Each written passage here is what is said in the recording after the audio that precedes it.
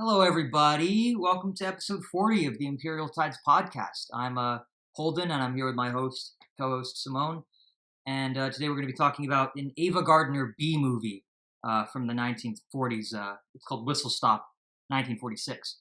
And before we get into the actual summary of what happens in the movie, I'll provide you guys with a little bit of background context, background information, because this it's not like too much, but it's just so you can get a full picture of what's going on here. Right, so Whistle Stop is the movie is an adaptation of a 1941 novel, also called Whistle Stop, written by a Michigan novelist named Merida Wolf. And her original story was much darker than the 1946 film adaptation. The novel contains vulgar dialogue and scenes of incest that are not present in the film.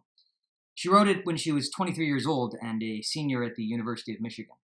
The novel was also praised by writer Sinclair Lewis, who is author of such works as Main Street and Babbitt, and who was also the first American to receive a Nobel Prize for Literature in the year 1930.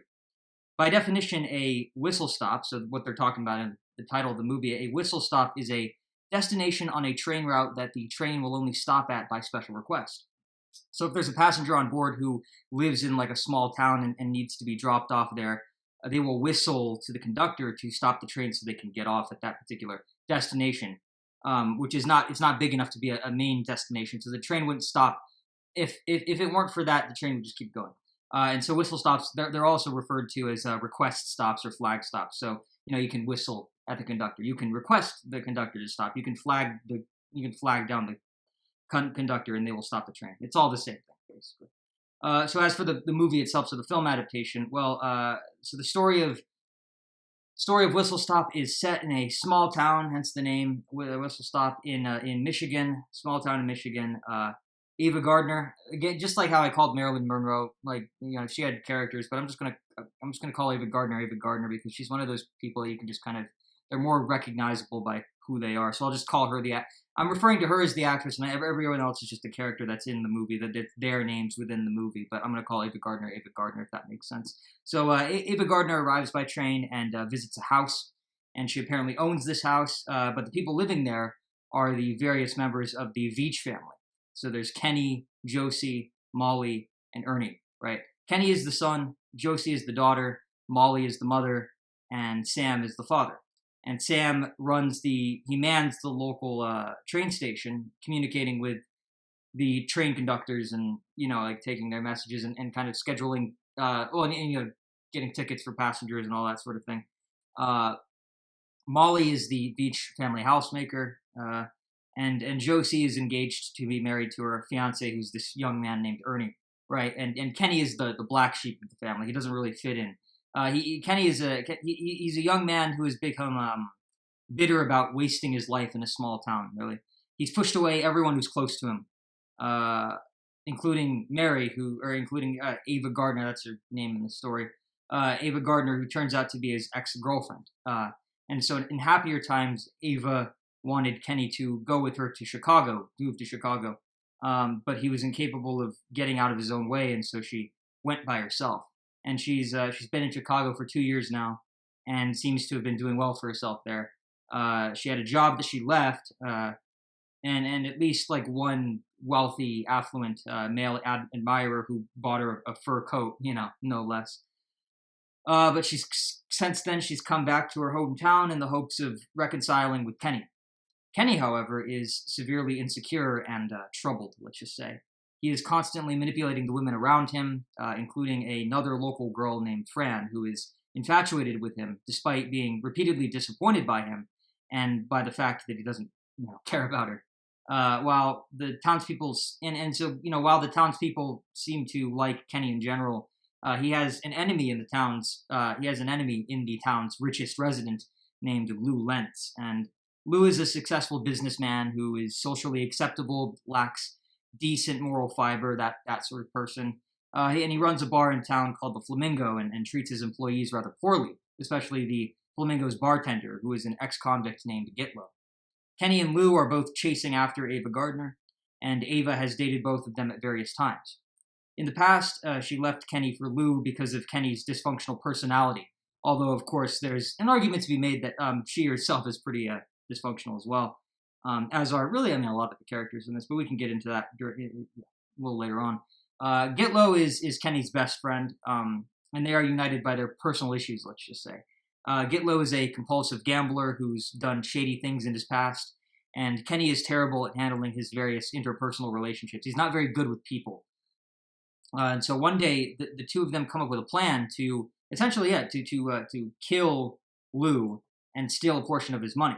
Lou manages the local fair every year, and after the fair is over, he always catches a train to Detroit to put the earnings he makes from the fair into a city bank. And Gitlow wants Kenny to basically take over his father's night shift at the train station and murder Lou while they're alone in the station together. And their plan has been designed in such a way that everyone will just assume that Lou left to go to Detroit and never came back. Maybe he found a woman there. Whatever the case may be, it's a small town. Like, people don't really know him. Apparently, that's their thinking anyway. I don't know if it's true or not. We don't really find that out. Spoiler alert, it doesn't really come into fruition. But yeah, the assumption is that because it's such a weird situation, people just assume that he'll just get caught up in the city, something happens, and it's not malicious. They could get away with it. It could be the perfect crime. That's what you need to know for the narrative, right? But things do not go according to plan, as you might expect, or might not. But it doesn't go according to plan. Ava suspects something when she sees Kenny and Gitlow conspiring at the fair, and she sabotages the plan by taking Lou's car, thereby delaying Gitlow, who is supposed to take Lou to the station, because Gitlow's the driver. He's really, not only is he Lou's bartender, but he's kind of like his personal assistant, kind of. But Lou has a lot of henchmen, I guess, and he's sort of, Gitlow's one of the grunts. I don't know if he's like the top grunt, but he's one of them for sure.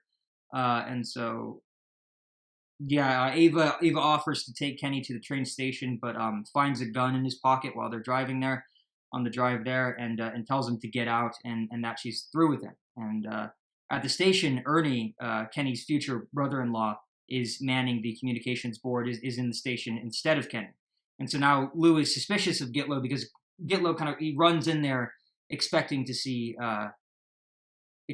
Lou dead and expecting Kenny to be there killing Lou, So now Lou's kind of, he senses something's going on. So that little trust that they have is it's fractured now. And so because of what happens, because of the failure, because of the botched murder, Ava leaves Kenny for Lou again. And at the carnival, at the carnival when this was all happening earlier, Fran, who is like Frank's, who's Kenny's sort of his kind of fallback girl, I guess, the person that he dates when Ava's not around.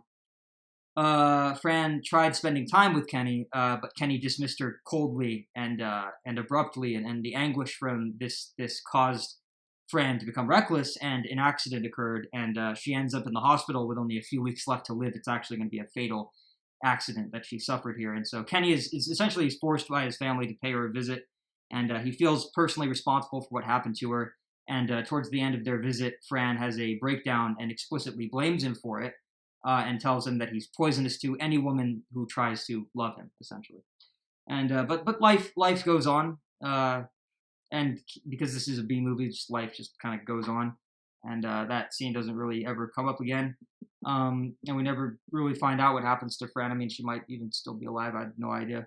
But yeah, after that, Kenny drunkenly, he gets drunk at a bar, and then he visits the Flamingo, which is this establishment that Lou owns, while Lou and Ava are having dinner there. And Lou punches Kenny square in the face, and this makes Ava realize that Lou may not be much better than Kenny after all. And so she switches sides yet again over to Kenny's. And things are finally starting to look up, and Kenny, Ava, and the rest of the Beach family are all on their way one morning to go to Ernie and Josie's wedding. They're going to go. It's going to be a nice time, fun celebration, happy days now. However, Lou he's seeking revenge for losing Ava to Kenny. And so what he does is he tricks Gitlow into bringing Kenny over to the Flamingo again for a supposed truce. Like, I want to shake hands with him. I want us to be friends. Some bullshit thing like that. However, it turns out that Lou he's actually killed one of his other grunts and was trying to frame Gitlow and Kenny for the murder.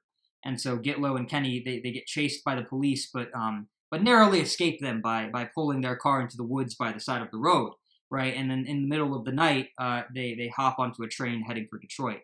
And in Detroit, Gitlow places Kenny in the care of a woman that he knows, some sort of criminal contact, so to speak. And Kenny needs to have his arm healed because it was shot by the police during the chase. Gitlow leaves him in the care of that woman to come back to town to tell Ava about what happened. And Ava misunderstands Gitlow and accuses him of betraying Kenny, saying that he left him when he needed him the most. However, the opposite is true, and Gitlow is sort of the unsung hero of the story, because he then he then proceeds to break into Lou's house to kill him once and for all. But Lou anticipates this because Lou's kind of a crafty bastard himself, and he shoots Gitlow before he can strangle him in his room. And thinking that he's dead, Lou begins to wash his hands in the bathroom of the blood that he had from shooting him. But Gitlow is a strong boy. He's a big boy, right? So he can handle a shot or two, and he manages to get back up off the ground and strangle Lou to death, and actually he goes so far as to phone the police, and he pours himself a drink as well before dying himself, before giving into his gunshot wounds.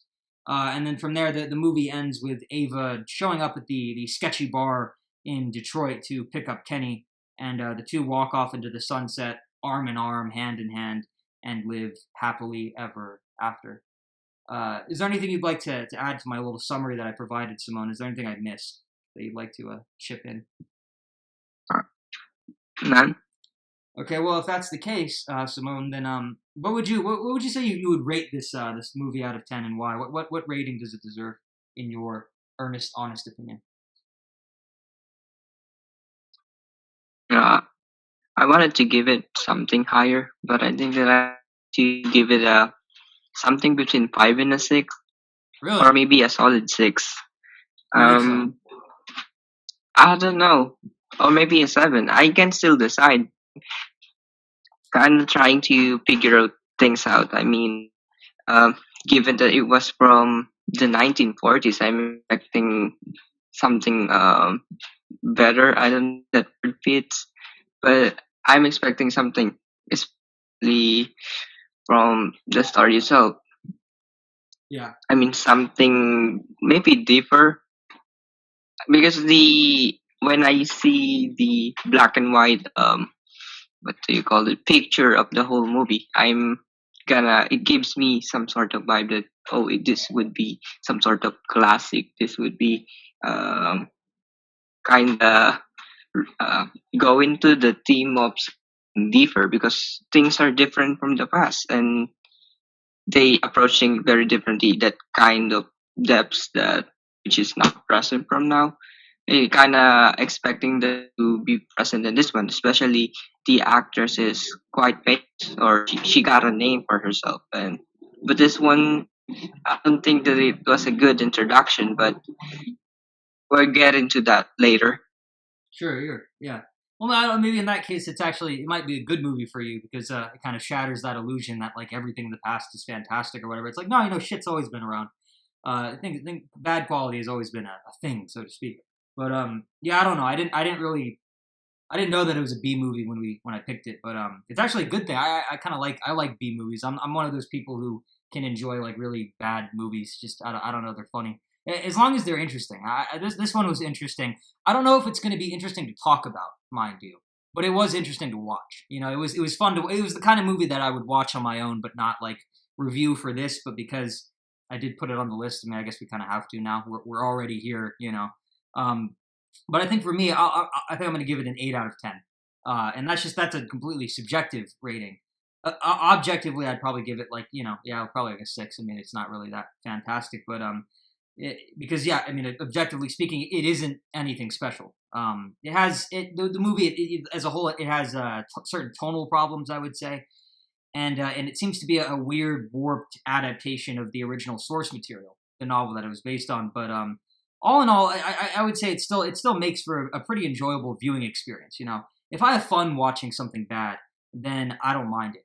It's when something's both bad and boring that I feel the need to condemn it. But this isn't that at all. And in fact, it's kind of it's mildly glorious, I would say. I like movies like this in its own understated, mildly obscure kind of way. And I think let's the best way to do this for me is to break it down by taking a look at its pros and cons, right? And so we'll start with the negative first, and then kind of end on a slightly more positive note, right? So I would say that the film's main con, so the main problem with this movie is that I think it's just it's pretty cliched and uninspired. You know, it's predictable. It's a canned kind of movie. You know, you kind of you fill in the blanks. You've got a template. You fill in the blanks. You mix things up a little bit. But it's not really anything too special. It's like a movie by numbers kind of thing. Let me take a sip of water. I'm kind of thirsty.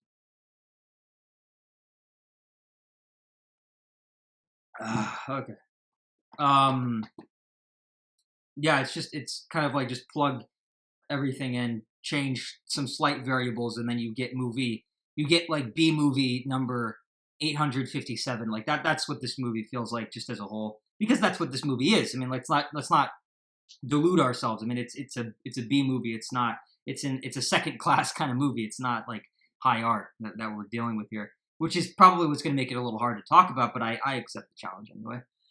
But yeah, so I would say every character, including the protagonist, is stock at best. You know, stock characters. You as the viewer, you know pretty much exactly what's going to happen before you've even watched it. And the only thing that made this movie stand apart from other movies of its kind is the mild dose of psychological realism and complexity that they give to the protagonist Kenny. But aside from that, I mean, he's mostly just a typical bad boy figure, you know.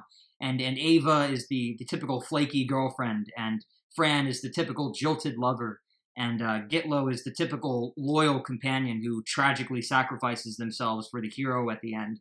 And Lou is the typical villain who has to be evil because he's rich and successful, and the everyday viewer isn't able to relate to him. So, and he's there to represent the quote unquote establishment, so to speak, you know. And then the rest of the Veach family and the townspeople in general they're just Midwest stereotypes. You know, they're all happy town folk. How's it going? Hey, how are you doing there, Mr. Smith? Hey, did you go to the post office today? Did you get my mail? Did you hear about the wedding that happened in Farmer Johnson's farm over there? They're not really people. There's nothing to them. They're completely flat. I mean, they're just there. They're there to kind of just eat up the runtime. Really, I mean that's it. It's like you want to make a movie real quick. Just take the most obvious, like streamlined stuff and slap it all together, and that's it. A canned movie. This is just another canned movie. There's nothing particularly special about it. You know, you can't even really.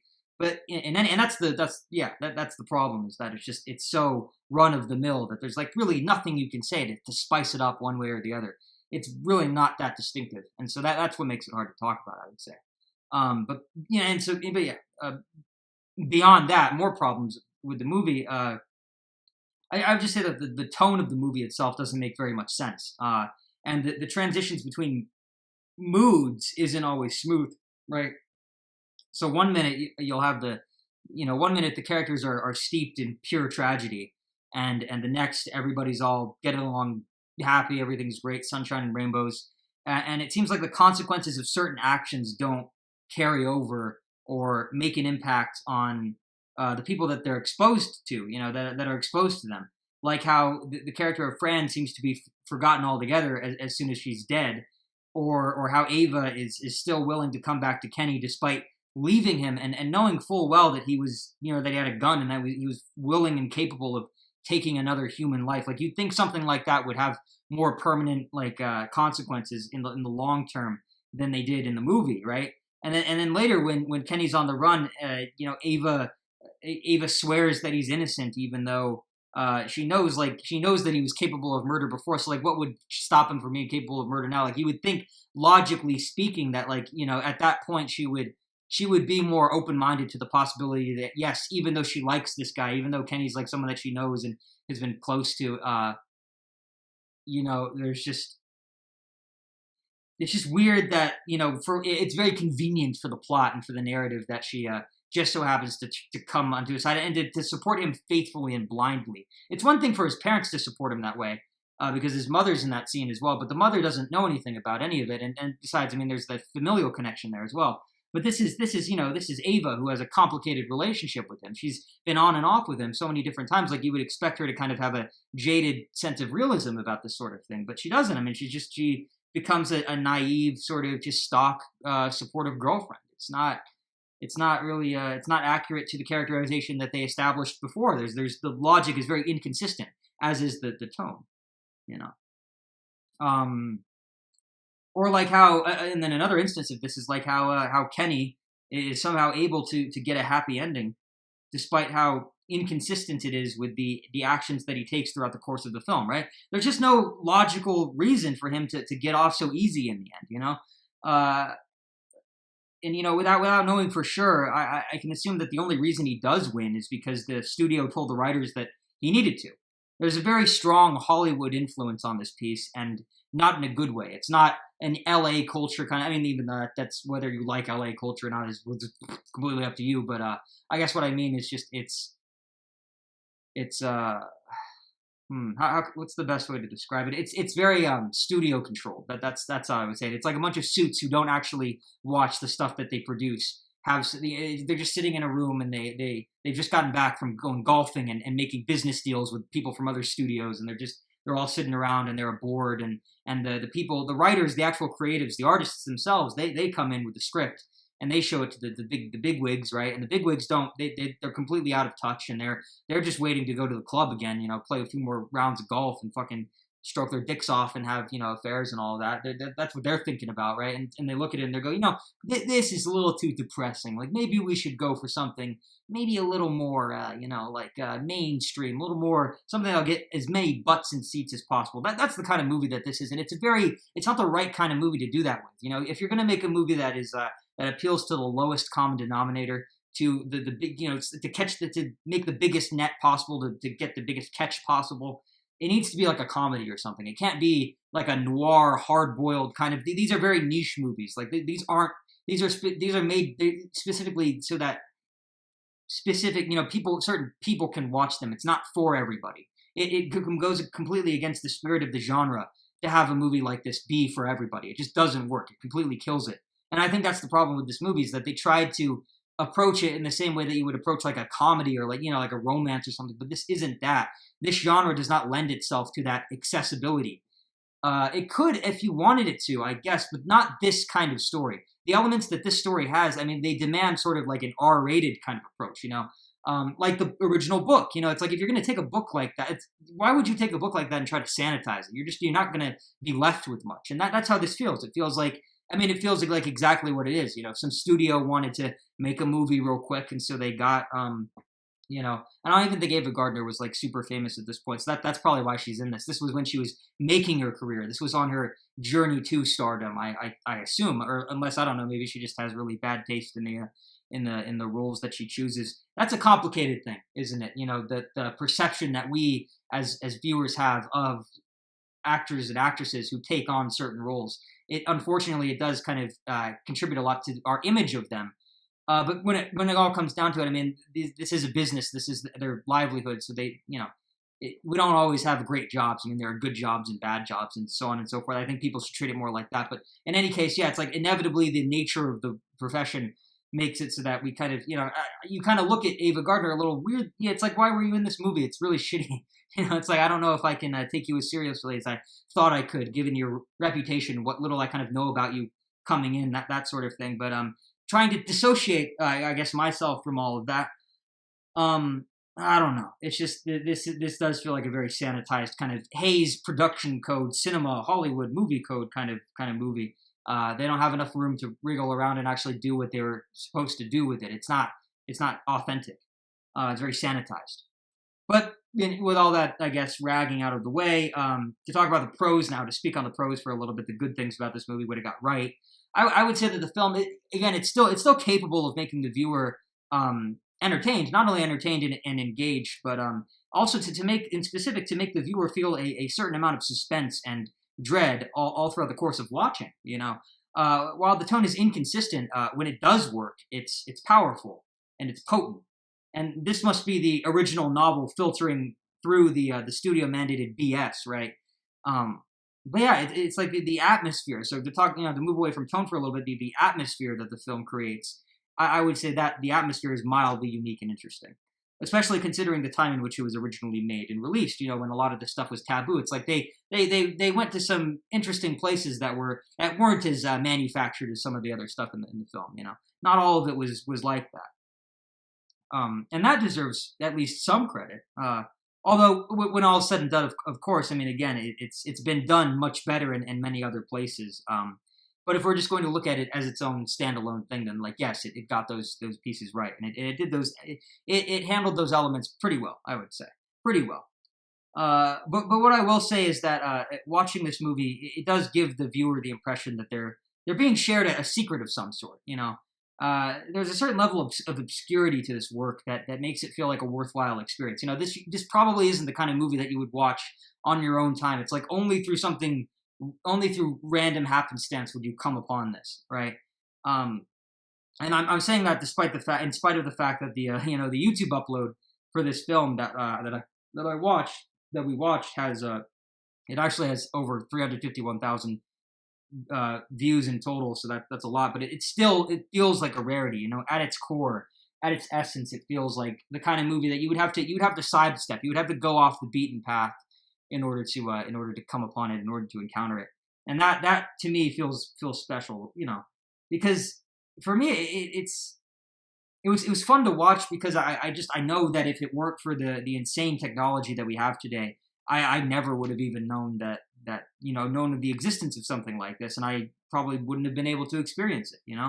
So specifically, no, I can't say that the movie is good, but in a very broad sense, I would say that yes, I enjoyed it, and yes, it does make for a very interesting viewing experience. And I would recommend people to still watch it, but just don't expect like high art or anything. It's a fun movie, but don't expect like Shakespeare, I guess, when you go into it. And hey, if you don't like Shakespeare, then this is perfect for you. If you like just kind of fun, kind of goofy stuff with like mild, I guess, existential themes. There's like nothing too serious there, but if you like at least the veneer of that, or at least like a small, mild dose of that, then yeah, I would say go for it. I mean, I got a nice kick out of this, out of the film. So I can't completely turn you off of it. But yeah, I think my opinion on it would best be summed up by this this short little review that I found on the film's Wikipedia page, and the review is by movie critic Dennis Schwartz, and he writes that the film is a low-level B film on the seamy side of life that revolves around a bitter love triangle. The wannabe film noir is dumber than dumb. The convoluted storyline has about as much going for it as the risible loser performance does by a miscast George Raft, who never looked quite as stiff as he does in this stinker. All the main characters are unsympathetic, and the plot is brainless. It's one of those somber films about the human condition that has nothing important to say about the human condition, but is intentionally funny when it tries to be the most serious. Is there anything you'd like to add to that, Simone? What do you think of all of that? Yeah, I'm coming back into your getting into that. I kind of see the film as the typical movie that I've played on Sunday afternoons here in the Philippines, because there used to be a for that. I might maybe cross saw this film before, or maybe um film on this theme, I guess, growing up. So yeah, maybe that's also gave me a kind of, in a way that I see it, that it's not that much for me, or it don't have that much to offer when it comes to my subjective appreciation for it. But I do appreciate it. I mean, uh, I think the thing that maybe I like about it, or maybe just it has an effect, maybe Kenny's character, because it's really annoying. He kind of embodiment the character that he is, or he is portraying, kind of on the way he acts and all the whatever he is. He kind of get into that character, kind of. But the problem is the set of plans, or maybe the scripts that are lined into what will happen. They kind of bound him into that kind of sorts. But can say that there's some potential in this one. But yeah, not much. I don't know what can I say more about it. George Raft, he said he was an actor who he had a very like interesting style. He just wanted to he had a method. He was trying to be as realistic as possible with all of his roles. He just wanted to be himself. He didn't really try to embody a character, and you get that sense too. Like out of all of the people in this movie, the protagonist comes the closest to seeming like a real human being, and I think a lot of that is due in part to George Raft. I mean, even though Dennis Schwartz didn't like the performance that he gave, that wasn't a problem that I had. I thought George playing who plays Kenny, I thought that was a good. I thought that was one of the good aspects of the movie. I had no problem with that at all. I didn't really notice anything one way about it or the other. But what I Yeah, obviously know, I do say that aspect. yeah, go ahead. I say that it was a good aspect that he is effective. That Yeah, he kind of annoys me every time that he's on the screen. yeah, he's kind of like he's obnoxious, but I think that's a good thing. Like I think it's a good thing to be annoyed by him because like that's like a genuine emotion. And like that's the reaction that they kind of want to get out of you because his character is very he gets in his own. He's very self-defeating. He's very self-destructive. He's always getting in his own way, and he's like this. He's a loser. I mean, it's like he's a total loser. I mean, he's self-pitying. He's just sitting there like just keeping himself down. He's the only thing that's in his own way. Like if there's no reason for his life to be like this big sob story or whatever. He doesn't need to be a tragic figure. He's the only reason that he's the tragic figure, and so that's really frustrating to watch. And I think there's an authenticity. There's a small hint of authenticity, a slight little streak of that Raft offers to the role he brings into it that you feel. You have to wonder like what it was in Raft's life that he used as a way to kind of channel that emotion into the character himself, into the performance. It was very well done. That was something I will say. There are diamonds in the rough. But I would say that was probably the best thing about the movie. Not now that I think about it, that was probably my favorite thing was Raft's performance because especially when it stands in stark contrast, when it's side by side with all of these kind of stock roles and stock characters and all this predictable kind of going through paint by number kind of characterization, like the best friend's he's gonna get him involved in something stupid, and then he's gonna sacrifice himself, and then he's gonna die, and then people are gonna love him or whatever. It's like all that shit. It's like it's refreshing to see something kind of stand apart from all of that. So I would say that was my favorite thing about the movie. But now Simone, what do you have to say about this film's technical merits, the technical side of things in Whistle Stop? I can say that it's good compared to the last one that we saw. Especially yes, this I kind of see this movie that has the tendency to have those particular backgrounds. For example, that kind of sitcom element into it. Kind of there are some sort of films that I saw before that kind of film on those sets. This one is good. The good thing is it was shoot on regular places, especially the houses, and also maybe the train. I like that aspect that they include that. Yeah, yeah. I mean, the only thing I noticed about it was the green screens that they use during the driving and train scenes. Those are blatantly bad.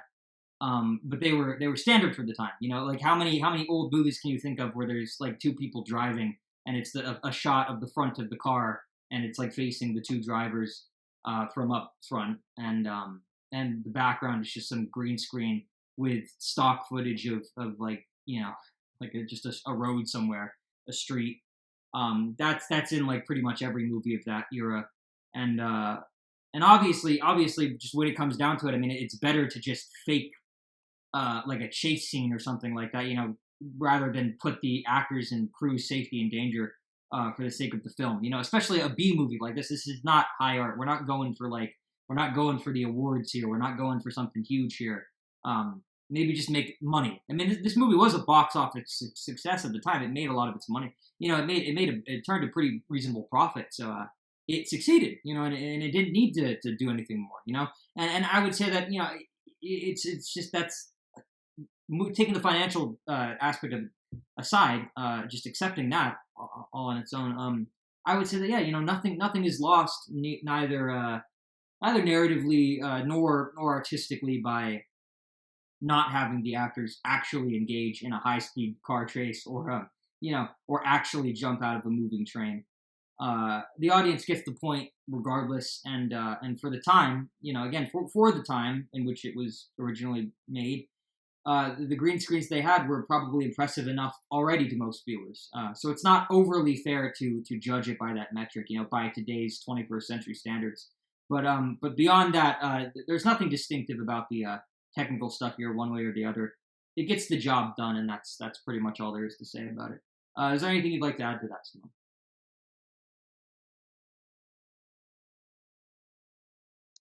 Yeah, yeah. I also noticed that Carson, that's the most noticeable part of the technical aspect. Uh, it's kind of obvious that it's just the normal treat how those particular scenes are, what do you call it, are filmed. That they will just shake the car and that's the background. But maybe given the time, that it's understandable. Maybe the normal thing back then because it's kind of lit, but it's good. Yeah, yeah. What did you think of the plot, Simone?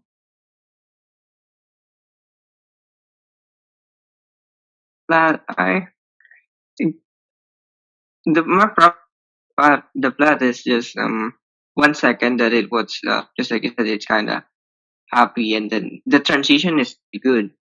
It kind of, that's the problem when kind uh, declining, the decline of the mood or the rising action of the mood. Kind of, it's not pretty much balanced, but it's big of a deal given that it was a B movie. But it, yeah, that's pretty much what's affected me on how I rated this movie or how I see it. It's kind of the particular obvious line that it crossed, or he kind of decided to. There's a potential in this movie. The plot just said that there might be an effective thrill or suspense in each part of it. The particular element that are present in the book, but I can say what makes them not so good, or not um it was portrayed the way that it is in the book, is kind of the barrier that they kind of may unconsciously or maybe consciously did in the process, that they didn't plan out well on how they will transition the, the film. But maybe it's kind of more of some money making stops or whatnot. Yeah, yeah. Getting butts and seats. Yes. Uh, in terms of how I felt about the plot, I don't know. I guess I will say that I didn't expect the movie to end the way that it did, or to develop the way that it did. I suppose I had another canned scenario set up in my head during the first 30 or so minutes.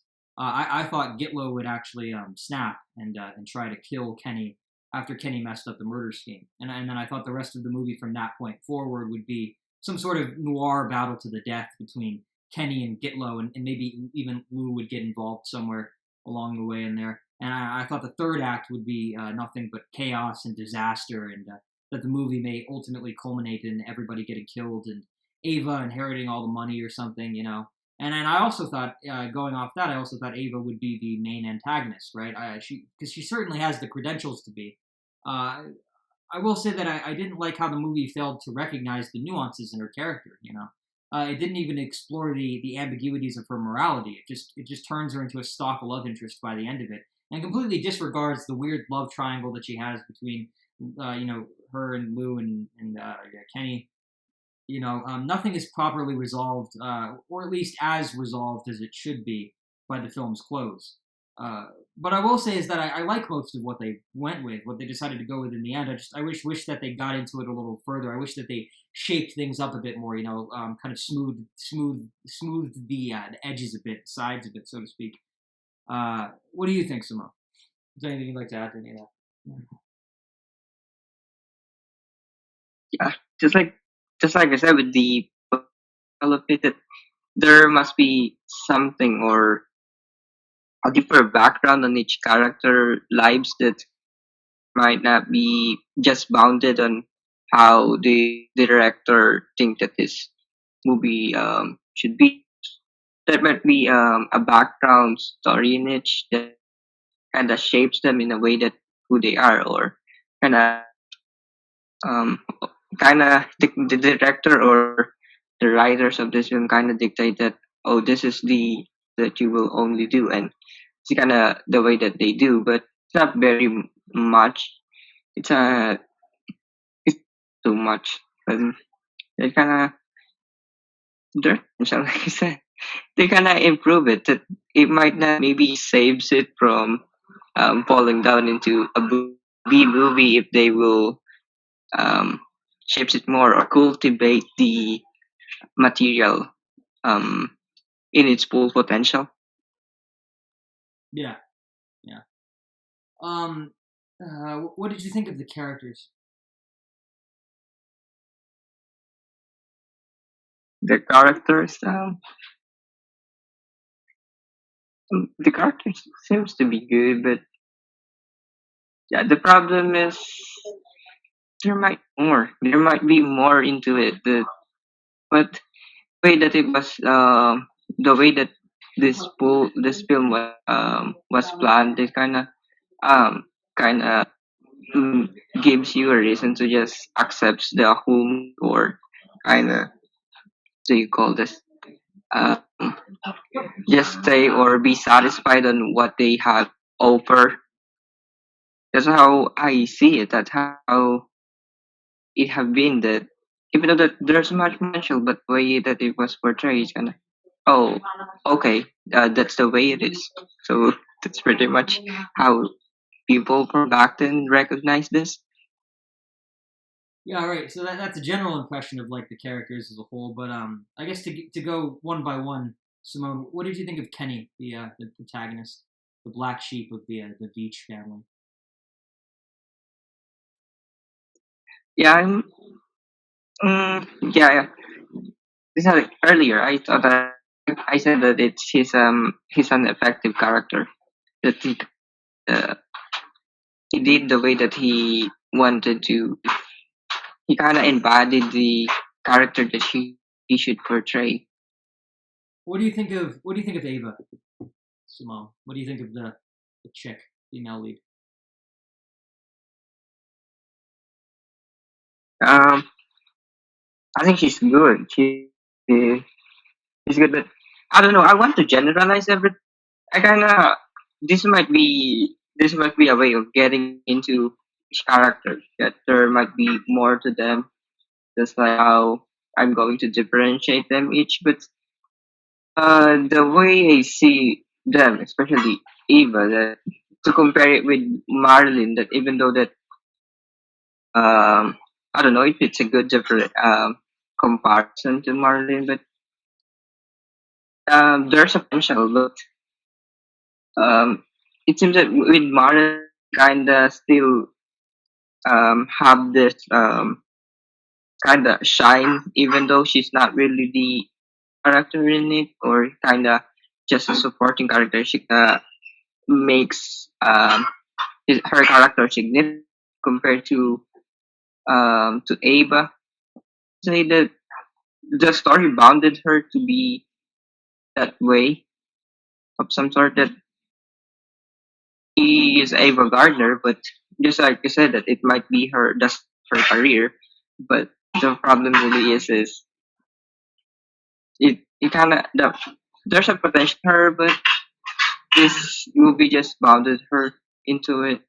So, Yeah, yeah. I don't think she had much to work with, but I also don't think that she took what she had to work with, and like I don't think she spun it into something special the way that someone like Marilyn might. But I don't know. Again, everybody has like good days and bad days at work, so maybe there's a better movie that showcases her acting skills a bit better, maybe.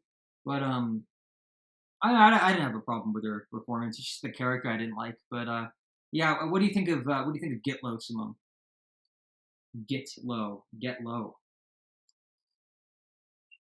Yeah, it's also interesting because it's kind of he has there's a possibility that he could be a two-sided character, that because in the first place or in the previous how it started, he was do you call it, he was portrayed as a lawyer a lawyer friend of Kenny. To Kenny, he's a good friend, that even though he works for Lou, that he so friends with Kenny, that even though there are some sort of complexities or contexts that between the relationship of his boss and his friend, that he's Ken's friend, but there's also this side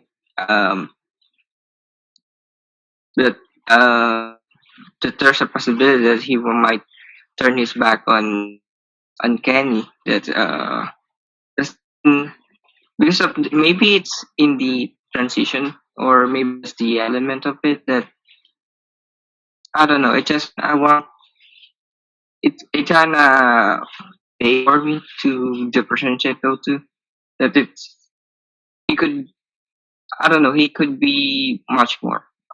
It, What do you think of Lou, the bad guy?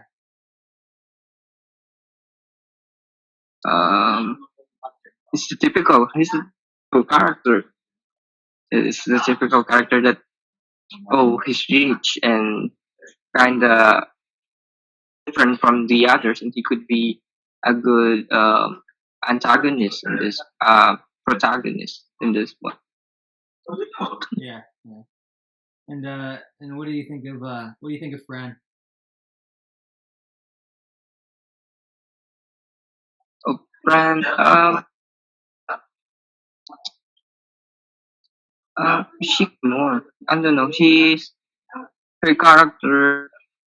I don't know. He just she just the girl that seems like people backs on every time that the Ava drops him, or what do you call this, like him, or there are some sort of a quarrel between them. Yeah, yeah, Pretty much a character that I don't know, the scene where how she's been in the hospital, she's going in the near death situation, and it's not clear what happened to her, just like you said, but I know that particular scene can have a very great impact the story, but on how Kenny develops, it's not very much. yeah, There's not much change in it that I see. yeah, yeah. And that's probably the best scene in the entire movie, but it doesn't mean anything because it's like very self-contained. It's very insulated because we never see Kenny kind of come around and go, "Oh, gee, shucks, I'm sorry that I fucked everything up or whatever." It's like I'm going to be a good person from now on. I'm going to pay more attention to the women that I'm with. Or, what he doesn't have a moment like that, so he doesn't really deserve to be redeemed because he didn't. In the movie logic, he didn't do the thing to earn the happy ending. But I guess maybe you could say that that's true to life, but that's a stretch. I don't know. I don't even want to get into that. I don't want to. There's no point in being unnecessarily. I don't know. It's just you can't even. It doesn't even apply there. It doesn't even. You can't even do the whole cynical kind of act. Whatever. It doesn't even work. Even that doesn't work. Nothing works really. Um, but I guess so. For me, I guess I'll go one by one in the characters as well. So Kenny's a piece of work. He's completely dysfunctional. I would say there's like actually something wrong with him. He's one of those people that get written about in books like In Cold Blood by Truman Capote and The Executioner Song by Norman Mailer. The best way to describe him would be criminally minded. He's just a fucking loser. And he's the only reason that he's unhappy. He gets in his own way and takes his bitterness out on everybody else. And those around him that are frankly they're worse off for having known him. I mean, Gitlow gets killed for being his best friend, and Fran gets killed for liking him. Everyone dies because of him. I mean, really, like that's the kind of person this guy is. He's a magnet for like just terrible things, pretty much. And he never gets his comeuppance. He never gets any sort of there's no justice served him, and he never learns his lesson. Nothing ever changes, and I don't feel like he deserved to win in the end. I don't want him to win. A character like him, they can only be set up to either become the protagonist, the antagonist, turn into the bad guy by the end, or die, or both. Yeah, and I bet that's what happens in the original novel. And the studio heads just weren't willing to include it, which is just it's very weird. It doesn't make any sense. It doesn't make sense. There's nothing there, man. There's just nothing there. Ava's pretty messy herself as well, but it's obvious why that's the case for her. A woman with her looks can do whatever the hell she wants. I mean, she could get away with murder and no one would care. People they just let it happen, and it happened like shit like that happens all the time. Let's just be honest. That's the world we live in. Amber Heard, a bunch of female celebrities and stuff like they can do horrible things and get away with it because that's just they're hot. I don't know. That's it. People just that's all you need sometimes. And yeah, I think that Ava, she would make for the perfect noir antagonist, both the actress and the character. I guess the actress especially though. Like she would be great in as the femme fatale, or the Black Widow, and it's like. I was really hoping that that would be the direction that they'd take her in this particular movie, and it's a huge disservice to relegate her to the stock role of just like love interest to the protagonist, like, oh, I'm going to support him no matter what. I'm behind him no matter through thick and thin, through sunshine and storm. I'm going to be by his side. I'm going to fight. I'm in your corner. I'm in your corner, Dan. I'm in your corner, Kenny. I'll fight. I'm there all your side. I'll support you forever. It's like, what does that do? Ava in this, I mean, she gives off pretty like heavy Black Widow vibes. I don't like using the word vibe, but like that's the kind of like character that she seems like she would be. That's the archetype that she would fit. That's the mold, Black Widow. Like I thought the whole movie would be about her like killing people or something. Like that's why I picked it because it seemed like kind of cool. It was like, hey, it would be funny if like Ava Gardner, the hot chick from the 40s. Wouldn't it be funny if she just like went around some small town like stabbing people to death or something? That's why I picked it. But it's not even like that at all, And I guess the execs they couldn't be bothered with that either. It's like it's so boring. I don't know. I'd rather watch that. Like it's just that because at least that'd be like really that'd be funny. I don't know. Like this isn't even. It's not even bad. This movie isn't even bad. It's just not good. It's just not. It's not fun to talk about. There's like nothing even to say about it. Which is the problem, obviously. That's the problem we've been dealing with for the past 53 or so minutes. But we move. We cover everything on this channel. We cover the good and the bad, the gold and the shit. Let's just say, get low. He is he's the stupid best friend. What is there to even say about him? He's the tragic figure. He's Poncho. I thought he was I don't know. I thought at the end he was going to turn himself into the police in order to exonerate Kenny. I don't know how I feel about his decision to kill Lou instead. There were like so many other things that he could have done, and so many ways for him to save himself and protect Kenny while protecting Kenny without he didn't have to die. He didn't have to put himself on the altar the way that he did. Especially considering the fact that the local police didn't even suspect Kenny in the first place. Mind you, this is something that the mother brought up. This wasn't something that Gitlow himself knew, but still, it's like you could have had Ava tell him that. You could have had some sort of exchange. Like it's really just too convenient. Like I don't know, it's just very shitty. It's like now nothing means anything because the stakes are all so deflated. It's like there's no life in this conflict and this tension that they're trying to establish. It just doesn't work. It's not the right road to go down. And yet they went down it. But I don't know. I guess the fight scene between Gitlow and Lou is pretty cool, I guess. I mean, but I don't know. It's like Gitlow's just, I mean, what is he? He's just a sputtering caveman. There's nothing to him at all. And it's actually, and also on another note, I mean, it's actually a bit weird how attached to Kenny he is. I mean, there's a pretty significant age difference between the two of them. But maybe he saw him, I guess he saw him, may have seen Kenny as like a son or a nephew type figure. I mean, it really doesn't matter, but it's just weird, I don't know. the whole thing just doesn't really make any sense. It's just sort of it's like they just needed to force everything to fit together, but nothing really does. Um, Lou, of course, Lou. I mean, it's funny because Lou isn't even really the villain. He isn't really even a bad guy. I mean, he's only the bad guy because the movie needs him to be. But if you look at him objectively, like just within the context of his fictional universe, I mean, who is he? He's just a typical like shrewd, successful businessman. You know, if anything, he's just in the movie as another like I guess slightly anti-capitalist stock character. You know, the cliche, just someone who embodies a damaged system, you know, who only cares about turning a profit, who needs to be shut down by the people, you know, cinematic populism, you know, populism. Not that populism is good or bad or anything intrinsically speaking on its own, but it's like that's why this guy is the way he is. It's just a cheap caricature of that sort. But it's like within the context of the universe, it's like he's a good guy. I don't know. Who cares what he gets up to in his personal time? You know, he isn't really hurting anybody until the end. And even at the end, you could justify like he's more moral than Kenny is because like at least he's kind of just doing everything in self defense. You know, he probably does a lot for the town. He probably does a lot for the community. You know, he brings in all of the money. He has that fair. That brings the community together. That brings people together. That you know that raises the morale. It gives people something to look forward to. And you know he makes money off of it, but he did it legally, and it's his money to earn. It's not like well just because he's successful. It's like really this movie is like written from the perspective of a fucking loser. You know, it's like only a loser would see someone like Kenny as the good guy who just Kenny who just sits around.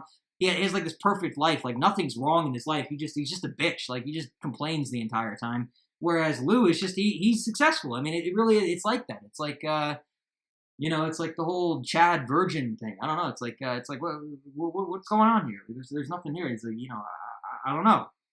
Like everything's inverted. It doesn't make any sense.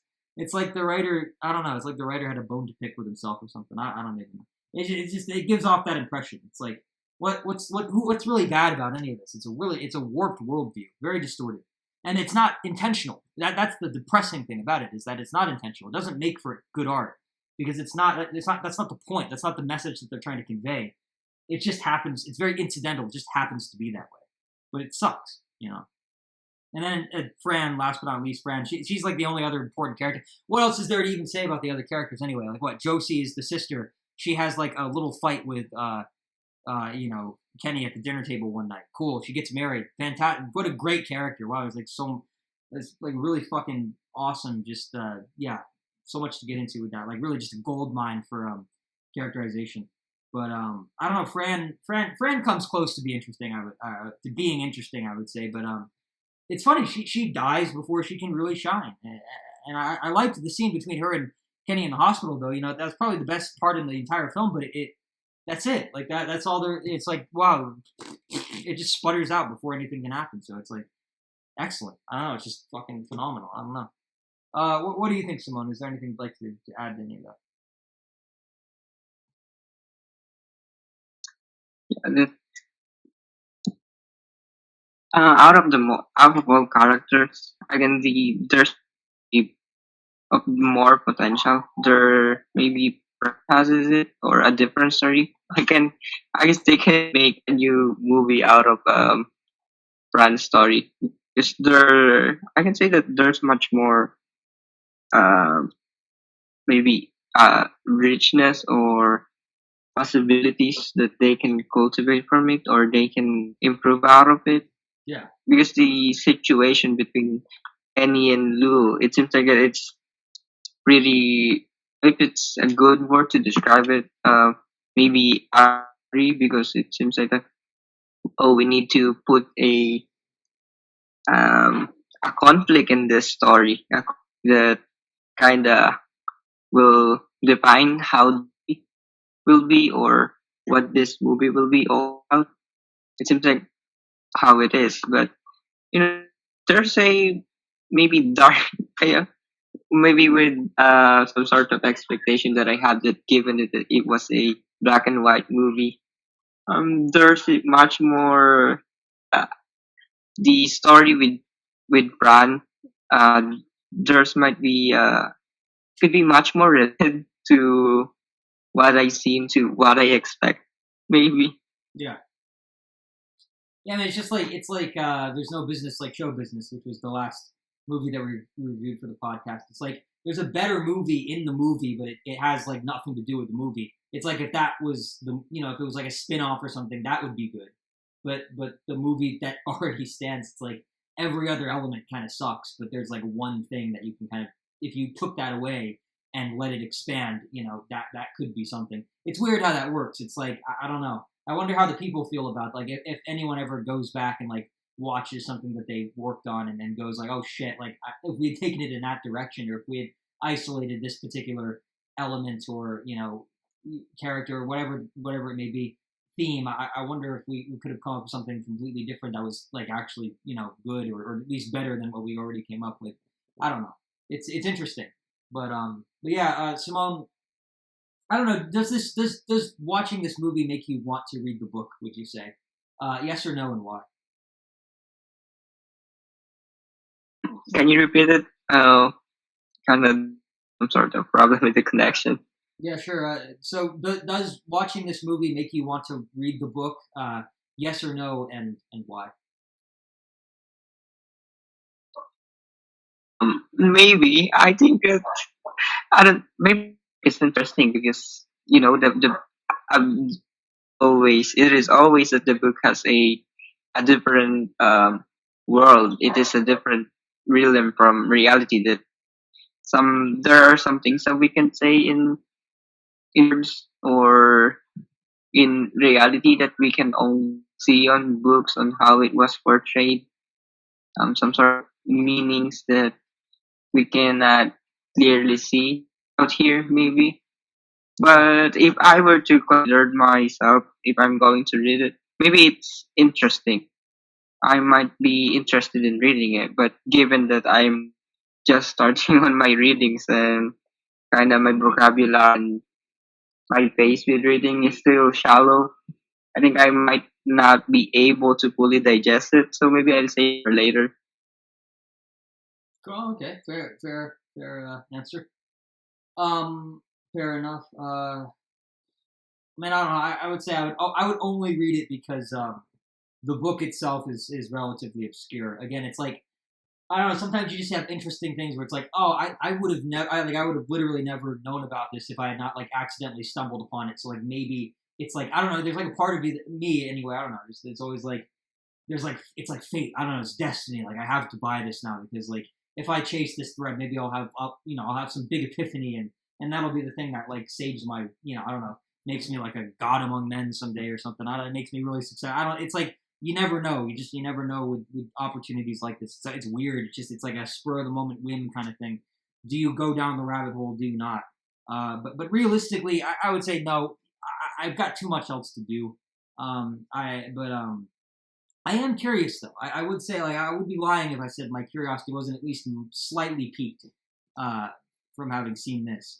And if I could find an excerpt online, I think I would give that a scan through because I want to see just how different it is from the film. And apparently there's incest, so that might be you know something weird to get into. But yeah, I don't know, Simone. What do you think of Ava Gardner as an actress and a cultural figure? And did this movie teach you anything new about her in particular? So that's like a two-part question. Two-part question. What do you think of her generally, and then what do you think of her specifically in relation to this movie? I guess in particular. I don't know. I think that this movie is not. I can say that this movie is not a good introduction to fully know or to get into um, Ava Gardner because maybe it is a movie that she accepted or she plays on with her career. How good. Maybe it's the film before she got the way to stardom, but it's not maybe considered that this way. Yeah. This movie, how she was portrayed in this one, like I said, it kind of have been redundant to um, this recording that and she's bounded in this one. I can see that there are a lot of possibilities in her character, and as she is the character, as she is as an actress, and how she can portray the character better if the writing or the plans for the character itself is better or well planned out or well planned. There's she can be just the problem is maybe the material that she had been given limits her, and also other contexts that are present in the action and movie itself. Yeah, and Maybe another aspect of like movie I don't making know. is it's of course direction as well, right? Like maybe the director, maybe she actually did try to like put a Marilyn-esque kind of like her own unique spin on the character. Maybe she tried to do that, and the director told her that she couldn't. Maybe something like that happened. So we don't know what goes on behind the scenes, and if they don't make like a documentary or if people don't talk about it, like if it's for a movie like this that nobody really cares about, then we'll probably never know. Especially considering the fact that everyone who worked on it's probably most of the people who work on it are probably dead by now anyway, which is a shame. But it's like, yeah, that could have been an aspect of it as well. But yeah, go ahead. Were you going to say anything else there, Simone? Yeah, I think maybe in different movies, if we were to see it, or maybe one time, there's a better um a better way that she was portrayed, or she can portray her character more. This is kind of her masterpiece. I want to maybe sometime to fully understand the character, or how maybe significant she is from this for this year. Yeah. Well, and so yeah, I mean, I guess we're talking about her as an actress, Simone. But what do you think of her as like a person? I mean, I don't know. You probably don't know anything about her, but like, what do you think of her just based on this? If you had to like guess or I don't know, like form an outline or something, generalize.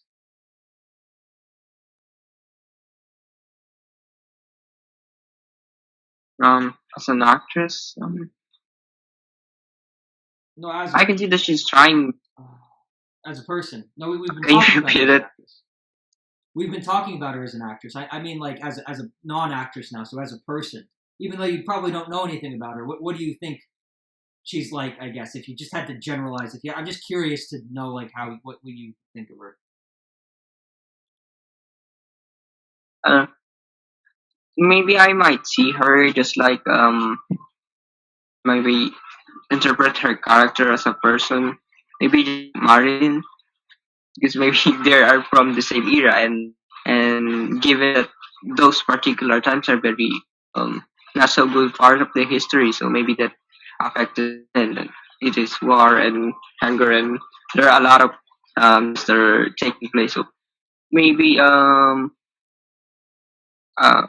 being an actress, or given opportunity to act, maybe that's where they can portray a different beat that they are not.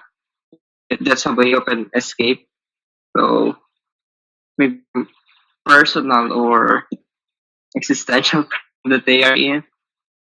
Maybe. Yeah. So I don't know. What do I think of Ava Gardner? I mean, I think she's she's got that Hollywood look to her. They don't really make them the way that they used to, I suppose. It's like a lot of actresses these days. I mean, they're all like I don't like. They're just I don't want to be one of those people, but it's like I don't like the actresses of today. They all look kind of gross. Like they're all kind of wet. I don't like this thing where like all these I don't know women they like to like wear so much like foundation that they're just like their faces like glisten. It's such like a ghetto. I hate that look. It's fucking annoying.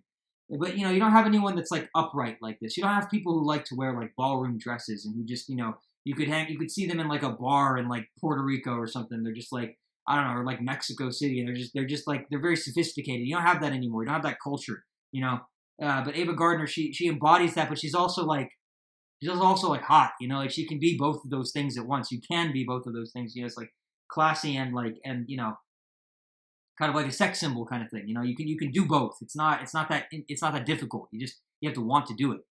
I feel like people of her era, actresses of her era, they wanted to do it. Public figures were all they were all a certain way. It's like the bar has been dropped so much, even if it wasn't even true. And that's the thing. It's like they were all assholes behind the scenes. They've always been narcissists. It's just, but it's like they conducted themselves. They carried themselves differently, and they had ideals. You know, you don't have that anymore. People don't believe in anything anymore. You know, what do all these new people do? It's just like they just say like disingenuous, like I don't know, socio-political shit. Like, oh, let's clean up the environment. Like, oh, it's like that doesn't mean anything. Like, what? Just because you tell a bunch of people to recycle, it's like that doesn't make you it doesn't make you interesting. It doesn't even make you a good person. It doesn't do shit.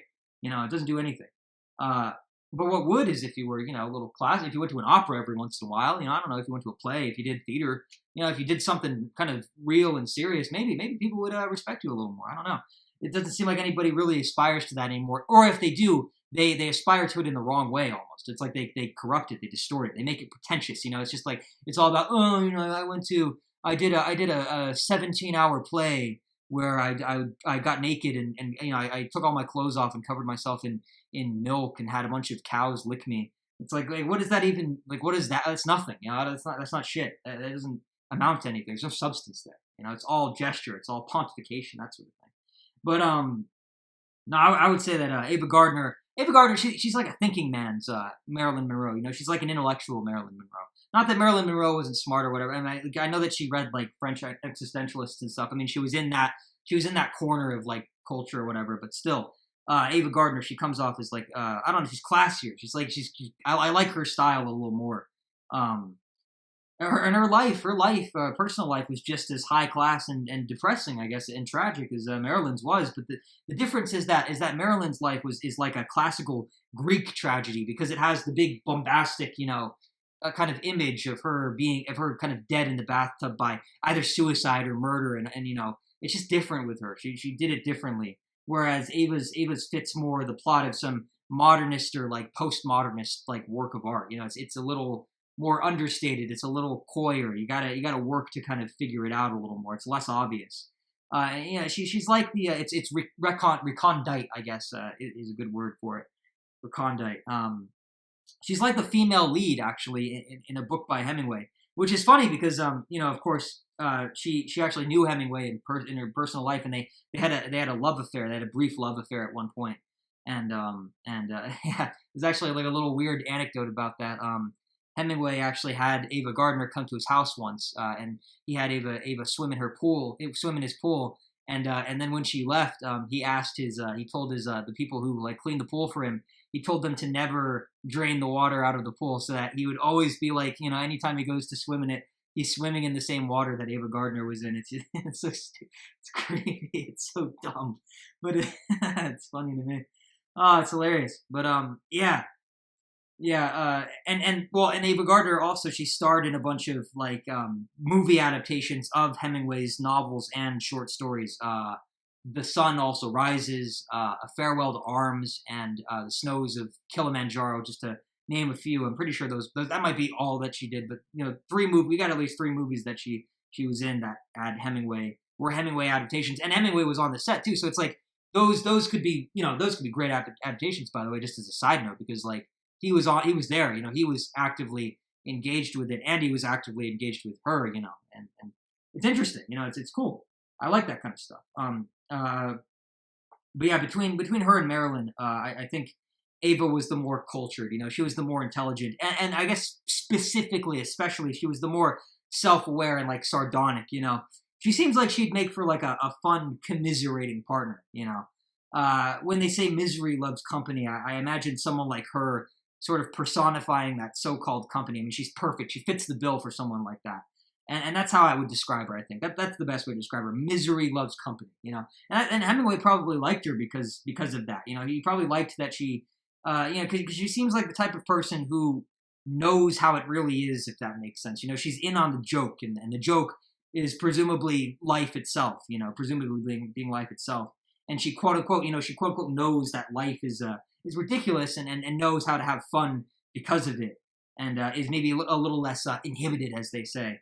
Yeah, she's pretty much the poster child for some sort of like obscure, like erudite, like literary intellectual fetish or something. It's like this is like an artist's idea of what like a perfect woman or an ideal woman is or should be, or at least I guess more specifically, it's more like what a perfect side chick should be. You know, a good mistress, like someone to see on the down low kind of thing. You know, on the get low. But yeah, but maybe not a perfect wife or primary partner. I think someone like Ava would be a little too dysfunctional to put a ring on. That would only end in disaster, you know. Especially with I mean, just think about Hemingway and Ava Gardner. Like that's a terrible combination. I mean, that's too much fucked up shit in one room. It just doesn't work. Like that's an atom bomb that you're dealing with right there. Uh, but yeah, Ava Gardner. She's the type of person that you go out with only after you've been rejected by the one that you really care about. I mean, she's Fran from the movie, pretty much. Um, she's like Julia, you know, she's like the character Julia in the Patrick Melrose miniseries. That you know the chick that Patrick had an affair with, he cheated on his wife with, you know, because she's like the party girl, you know. That's like all she's really there for. She's very cynical and sardonic, and she doesn't care about anything because life doesn't mean anything anyway. That sort of thing. She's you know uses that as an excuse to be dysfunctional kind of thing. You know, she's the fallback, the plan B, the commiseration partner. You know, misery loves company and all. I don't know. What do you think, Simone? What do you want to add there, if anything?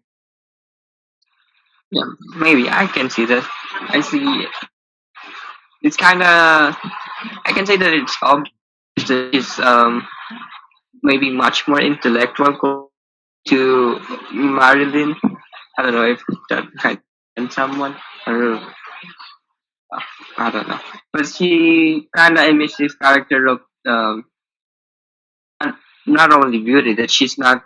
I think that she's not a child, but by her beauty that that she got the brain. She is intellectual, or she's better than she is that portrayed in the television or something. Which is maybe much more character alive outside of that. I don't know. Yeah, I guess. I don't know. Do you think Ernest Hemingway had good taste in women? Just I don't know. Do you think someone like him would have like a good selection of females to spend time with, or is he weird because he's a writer and like writers don't know anything about women? I don't know. How do you feel about that one?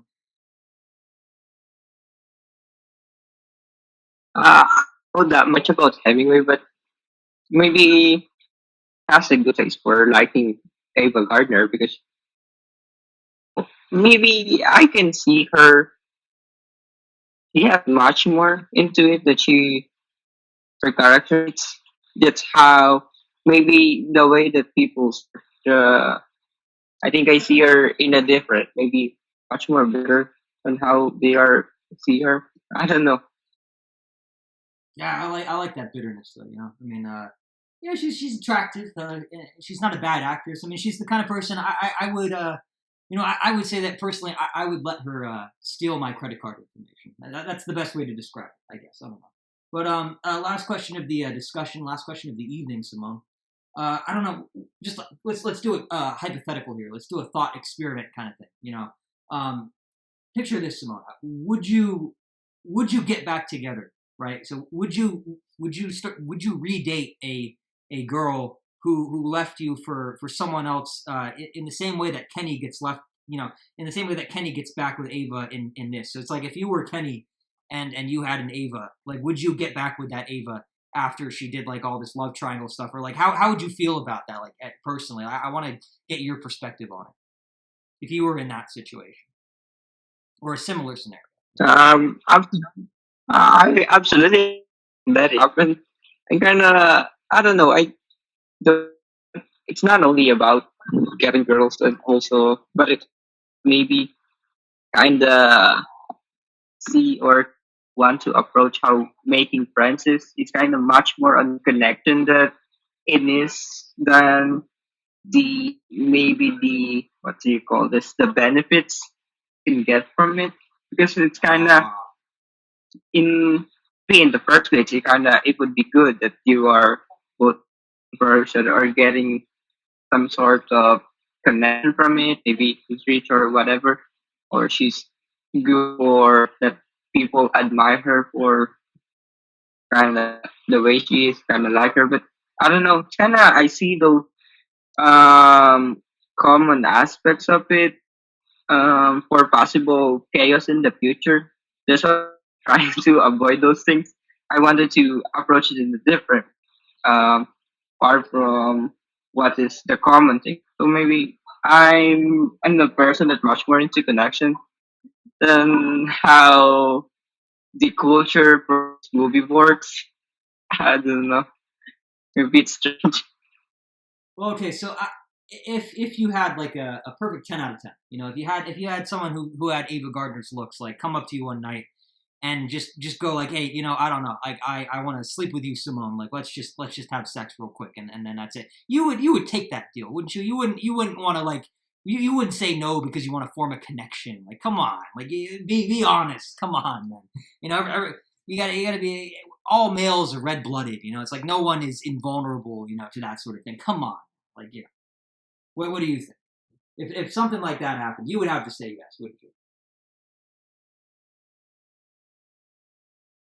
Of course, that's normal. I mean, I don't have a choice. I can. This is, and that's. I think that's a common situation where you say no.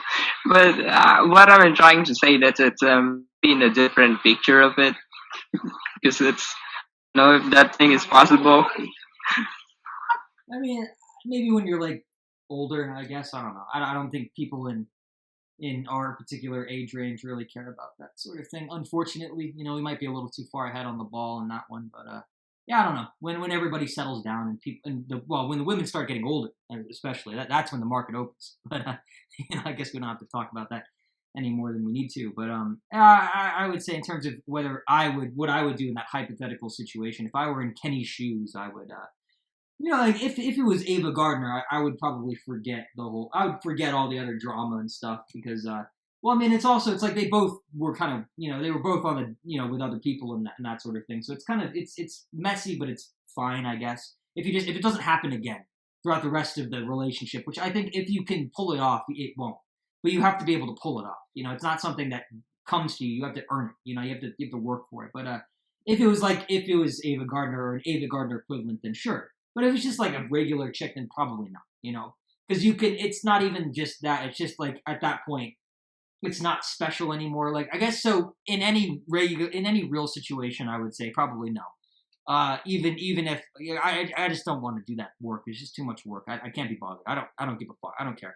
I'm not the best person to answer these kinds of questions, but yeah, I don't know. I think in terms of the particular situation, Kenny and Ava, they're perfect for each other. They're great. It's just a great little happy fun time. Uh, I don't even know. It's great. Yeah. So I don't know. That's the end of the episode. There, we did it. We got to the end of the discussion somehow. What do you think, Simone? How'd this podcast episode go? How did episode 40 of the Imperial Tides podcast go for you? How do you feel about it? Are you proud of your work?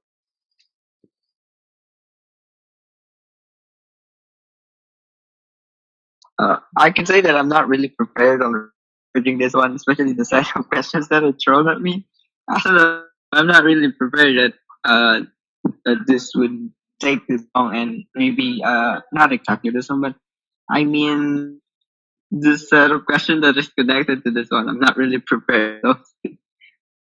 Yeah, yeah. I don't know. I think honestly, if I'm going to speak honestly, let's just it was this was not a good episode. I will not say this was a good episode of the podcast. The problem, I think honestly, our problem is that we're too close to the source material. We're actually like too faithful to it. We're actually too authentic. I think we're too earnest in our endeavors. We're not professionals yet. That's the big difference between an amateur and a professional. It's like the amateur. When you're an amateur, you have like the good thing is that you have like raw emotion. Like you're willing to kind of go where a professional might not. You take risks. You do things that are not exactly the most advisable things to actions to take in that sort of thing. But like I think the problem is that everything we do is very influenced by what we're covering, right? So it's like if we have a shitty movie, unfortunately, like the episode is going to be shitty because we're going to be talking about a shitty movie. Whereas if we have a good one, well, that makes it a lot easier to kind of play around with and explore the possibilities. I feel like this movie was just a dead end. It was a brick wall. we failed. I mean, we did. I don't think I don't think we failed too miserably, but it's just like the movie. It's like I had fun making this podcast, but I wouldn't recommend people. I don't really see any point in listening back to it or having people watch it. It's like it's like how if I had watched this movie in particular on its own, I wouldn't have seen a need to make a video for it because it would have turned out like this. There's just kind of no point. But I mean, ultimate again, it's like from a broad, very fundamental perspective. It's like, yeah, at least we did this to get like our 40th, roughly. I mean, it's more than 40, but 40th hour of like time behind the camera in. We logged those hours and we did we were doing the work, but it's still. It's like it's very unsatisfying to know that it's kind of going towards nothing. It's a lost cause. It's kind of depressing. It's just a downward arc, and I feel like that was why I kind of was a little shakier in my performance this time around because I just you kind of sometimes when you just know that something isn't really worth doing and you're still doing it anyway, it makes you very iffy. It's like you're on the fence, and I don't know. I think for in the future, one thing I would like to amend about my performance on these videos, one thing I'd like to improve to see myself improve, is maybe I don't know, just being more solidly committed to like one position or another. I don't know. Maybe it's not good to kind of wave around and stutter and just go get caught up and freeze and things. You just got to go in for it. You got to go balls deep sometimes. That's kind of how I see it. What do you think, Simone? Like, what's your perspective? Are there any things that you would like to see yourself improve on in particular? Any strengths that you would like to kind of bring up, or any weaknesses that you'd like to eradicate, and so on and so forth? Um, I think what's really the problem with me, it just I'm always caught up what's happening in here. Maybe in back of the camera, maybe what's happening on my place, or it's my reality, or some sort of I don't know things that are not very big of a deal, but I kind of focus on this, and it kind of affected my focus on this, my and how would I do commit, not exactly commit in a way that this is what I'm going to focus on, but at least to give my attention fully on the material, on kind of what you call this fully examine it in a way that it would be beneficial. It will enable me or help you to give a better response. I don't know, I'm always a lover of the place. Yeah. Uh, yeah, yeah. I don't know. I don't know. Just I don't know. I don't have any, I honestly don't have anything to say to that. I'm sorry. I can't think of anything to say to that. I mean, it's just I don't know. Eventually it will smooth itself out, perhaps. I don't know. In terms of the movie, though, it's like yeah, I really didn't know what to expect with this one. I just picked it uh, randomly. It's just I really had no idea what to think of it going in. Um, I guess it's good though. Now we've covered like an official B movie, so we don't have to ever do this again. Like we can say that we've done at least one like noir kind of noirish hard boiled like 30s 40s movie. We did that now. We don't really need to do it ever again. And I guess the idea with the lineup of videos that I have for the on our track to getting to episode 50, the next 10 the next well I guess it's 10 the next 10 episodes, I wanted to like build. I wanted to work up to it a little bit, So I wanted to save like the good stuff towards the end. Maybe that was a bad idea, because yeah, it's like going in like these first couple ones on our way to the 10. The first of the 10 aren't really that interesting. I kind of did that by design, so I don't know. I'm a little underwhelmed, but at the same time, I'm the one who did it, so I don't really know what I should really expect. But yeah, I'm looking forward to there is good stuff to come. It's not all like this, but I picked this one at random, but I don't know. It's always good to take shots in the dark, and it's good to admit when you failed. And I think that this one it's not necessarily a failure. Even if I'm fine with it being a failure, but even if I would more describe it as just tepid. It's mediocre. It's middling. It's a mediocre episode on our part, and that's fine. You can't win them all, but you can certainly try. So I don't know. Any parting words? Anything you'd like to say to the audience or anyone really? I don't know. Simone, before we sign off for the night. I think I've said my piece, so I'm good. Uh, I don't know. I think yeah, there are much more better to come. And the on road to the 58th episode, things will be a lot of things to learn and polish our status. Yeah. This movie is itself a whistle stop. I mean, it really is. It's like we really didn't need to stop. We didn't need to get off the train to spend time in this little town. There was no point. So, but I guess that's kind of that's how I'll end it. I hope you guys enjoyed. If you did, please consider liking, commenting, sharing, subscribing, interact with us in all the various ways that you can, and stay tuned for more. We are going to hit episode 50 before you know it, and yeah, and then we'll be going strong from there. Hopefully, it's till episode fucking 500 if we can. I don't know, it'd be nice. But yeah, that's it. So stay tuned and bye for now. Peace.